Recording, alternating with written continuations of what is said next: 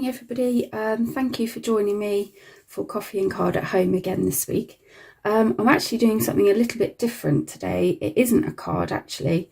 At the weekend we were obviously celebrating VE Day, and there was a really great set of instructions for making some Union Jack rosettes, and they were so lovely that I thought, do you know, these would make brilliant toppers for presents if we just did them with some designer series paper. So that's what we're going to do today. So here's an example of one that I've made. It uses a few different strips of paper, 5 strips of paper actually, to make it, and then a couple of punch circles and a gem to finish it off. And I think that would look beautiful put on the top of a box or another present, or attached to a gift bag, and just something really unique and a little bit different. Obviously you can buy ones in the shops, usually made from foil, which are not very environmentally friendly. These obviously are all made from paper, so they could be recycled as well if you just removed the gem and probably the dimensionals, so even better for the environment. So that's one colourway that I've done. Just show you another one. That one's using the same paper, but just I've turned the papers around so that you can actually see the other side of the paper. That's the great thing about Stampin' Up papers, is they actually are all double-sided. So what I've done is I've done 2 strips in one design and then done 2 strips in another design, and then I've done the same by reversing for the punch circles as well. So you can see they look quite different even though they're using the same papers. And then to show you one done in a different type of paper, there's this one. And these colours are all very, very similar. I have reversed these 2 at the back and one of the circles, but they're all a very similar type of paper. This is the mosaic paper that's in the current catalogue, which is about to retire. So if you really like that one, if you check that out on the website, that one is still available at the moment. And because I thought that's quite a large one, I decided to experiment with a smaller one. So using the mosaic paper again, this is a smaller version. I just reduced the size of the strips and I just put a smaller circle in, and I've been able to make a smaller one. So actually when you look at them side by side, there's quite a big difference there. And I think actually I quite like the little one, it's quite cute. So I'll tell you what the dimensions are for the smaller version if you want to have a go at that at the end, but I'm going to show you how to make the bigger one today. So going back to these papers, I'm going to show you how to make one using these papers. These were the Lily Impressions papers, which are absolutely gorgeous. I love Monet, and they were all kind of inspired by Monet's art. So the paper that I'm using has that beautiful Monet inspired lily pad design, which I just love all those colours on there. And then on the back you have got that one. So it's a little bit different to this one that I've done. That one kind of had a peachy kind of colour on the back, and then sort of more of the green, whereas this one's got a little bit more blue in it. So what I've already done is I've cut up my strips of paper from this DSP. Those are all ready, and the measurements of those, which I'll pop in the comments for you to see, are 20 centimetres by 2 centimetres, and I need 5 of those. So 4 of them are going to be the actual ribbon part, and then one of them is going to be for the tails. So I'm going to pop that onto the side for now. So what we're going to do is, you can use any type of glue that you like. I've got Tombow, one of my favourite glues, just because it's so brilliant for everything. You are going to just put a little bit of your chosen glue on the end, and then you're going to fold it in to make a circle. I've probably gone about, I don't know, maybe 1.5 centimetres to overlap them. You need enough to overlap them so they're not going to pop open. And then because I'm using wet glue, I've just got to stand and hold it for a moment. If you wanted to use snail, or if you had any other quick drying glue, you'd get an instant attachment. But obviously with this, because it's wet glue, I've just got to give it a few seconds. You don't have to give it too long though. So I'm going to do another one the same way. So a bit of glue on the end, fold it round and hold. So now I've got 2 circles with the sort of bluer side on the outside. And now I'm going to do it this time so that I actually have the pinker side showing. So I'm going to pop my glue on the blue side this time and then fold it in to make my loop. You can see now I've got the slightly pink side. It does still have some blues on it. Some of the papers are a little bit more contrasting, so if you've got a really contrasting one, you'll see much more of a difference. Or if you just want them to all be exactly the same like I showed you on one of them, then go for that idea. It's entirely up to you. You could, if you wanted to, almost make more of these loops and layer them up, and it will give you a much fuller bow, and they then start to look a little bit more like the ones that you'd perhaps buy, but it's entirely up to you how you want to do it. I think these ones are quite pretty and they're so quick to make. I don't think I'd mind making one of these for a present because they don't take too long and they don't use too much too many materials. So this is a great way of using up any scraps of DSP that you've got that you just think I'd like to use some of those. So I should have 2 with my pinker side and 2 with the bluer side. And what we're going to do now is we're going to put that join at the bottom, and I'm just going to hold it a little bit so I can get some glue in there. I'm just going to pop a little bit of glue in there, and then I'm going to push down in the middle, just line it up. You just have to hold this for a little bit, but you'll see you're getting that bow shape now. So with the Tombow, I just need to hold it a little longer.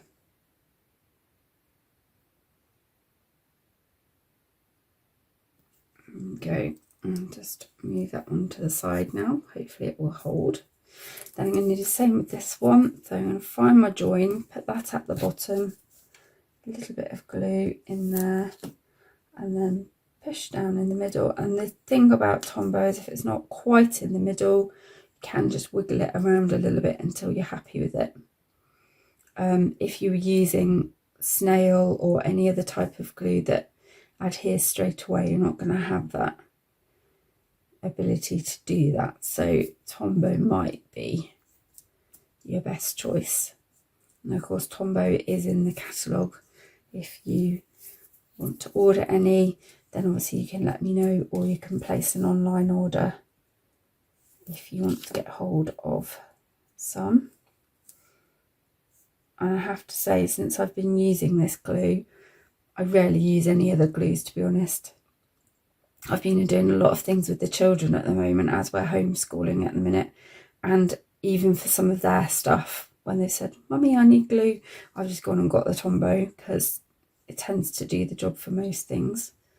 And of course it will dry clear when it's done. So again, just find the join, pop a bit of glue in. The key as well is not to put too much. It's tempting to put loads in, but then it will squirt out everywhere. So try to not put too much in. It's kind of that less is more approach, really. Okay, so they should all be stuck down. Just pop that on there. Now we're going to layer them up. So the way this works is we create a cross going that way and then a cross going that way. So I'm going to take my first 2. I think I'm going to go with my side that's slightly pinker. And I'm going to make those into a cross. So I'm going to pop a bit of glue in the middle there. And I'm going to put that one across. You can see I've got the cross shape now. I'm just going to hold that just for a little bit. So it doesn't pop open. And put that to the side. Then the other two are going to come in and they are going to make that shape on top, which is what we're after. So I'm going to bring that one back for a second, bit more glue in the middle, and I'm going to pop the first one, oops, it's a bit fiddly, pop the first one on there, because what you don't want to do is you don't want to flatten the loops on the end too much. You can help it. If you use paper, obviously it's fine, and this DSP is one of the lighter weight DSPs, so it's not too bad. But if you use one of the slightly thicker ones, you may just find that the edges don't kind of curl quite so neatly. On the mosaic paper, I did just find that they didn't curl in quite the same way as this did, just because it's a slightly heavier DSP. So just be aware of that when you're choosing it.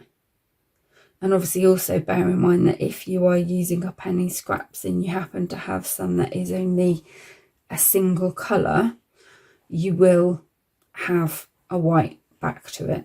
So that's just something to bear in mind. That's why I love the fact that Stampin' Up! Give you both sides. It makes it a bit more flexible what you do with it. So there's my main rosette shape done. I'm just going to give that a little bit of time to dry off. I'm now going to do my tails. So I want to show you how I did that. Now the strips measure 20 centimeters. I'm going to go for the slightly lighter side. I'm going to use my ruler on my grid paper to help me. And I'm just going to use a pencil just to mark the halfway point. So I'm going to mark it at 10. See it ever so well there because it's quite a dark paper. And then I'm going to mark 9 on the bottom and 11 on the bottom there. And then I'm just going to join up those points and it creates a triangle. Now I can't see it ever so well. It's where on lighter papers you would be able to see it better. But don't worry too much about that. I'm going to use my trimmer because I want to use my scorer on my paper trimmer. But if you don't have a paper trimmer or anything to score with, don't worry, you can just fold it roughly by eye. So I'm going to put a line, you can just about see it down there. I'm just going to score my scoring tool and then turn it again to get the other side. It is very rough, don't worry too much, and score again. And take that away.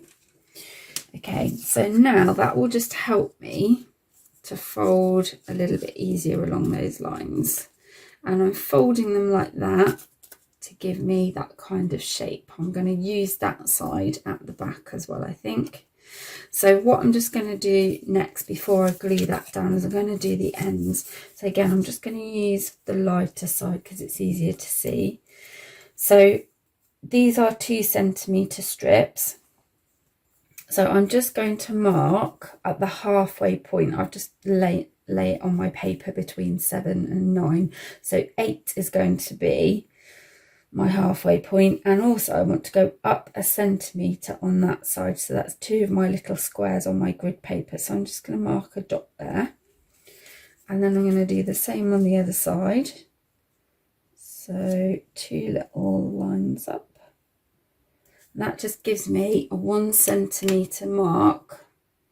It's nice and equal. I can then cut into and make my tails have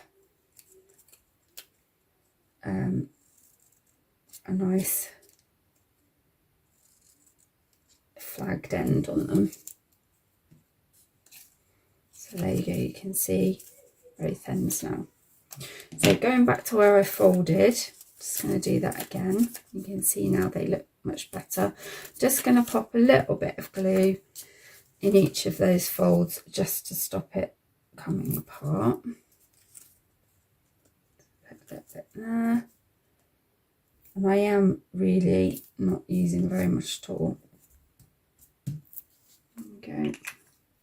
That gives me my flagged tails. Then when I pop that on the top, you'll see it's going to sit nicely. So we're just going to glue that onto the back. So I think I'm going to go, there's quite a lot of gluing in this. So I'm going to pop those on the back like that. And just before it sets the glue, you can wiggle it around. So if you want it to be up a bit higher, so your tail's not quite so long, you can. There we go. So now I'm going to punch out some circles. I've got 2 circle punches. I've got a larger circle and a smaller circle. You can use both sizes for this bigger bow. With the tiny bow, I only used the small one. I didn't really need the big one as well.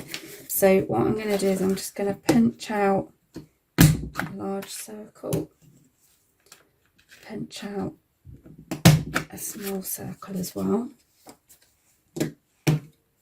And then this is where I actually use dimensionals just to raise them up a little bit. You could just use glue straight on if you wanted to, but I decided that I would use dimensionals.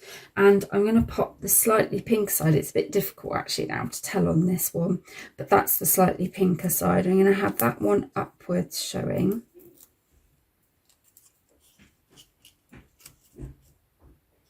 And then I'm going to have the slightly bluer side, which I think is that one, although it looks very pink at the minute. It's a difficult one to tell apart on this colour.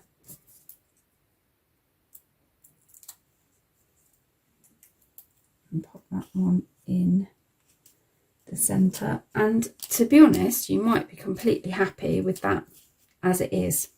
And you could leave it at that. If you want to add anything else extra at all, then I have nearly run out actually, and these are retiring. I've got some of the nice gems that they often use as the flower centres. You can pop one of those in the middle just to finish it off. Like I say, they're not going to be around for much longer, so now I only have one left. There we go. Beautiful. Right, and that's finished. So I'm really happy with that. Very quick, very simple, would be a really nice addition to a present or a gift bag for any celebration really, and can be made in all sorts of different colours and different papers, and really use your imagination about how you want to do them. I said I'd let you know what the smaller dimensions were, so here's the smaller one. You can see the size difference.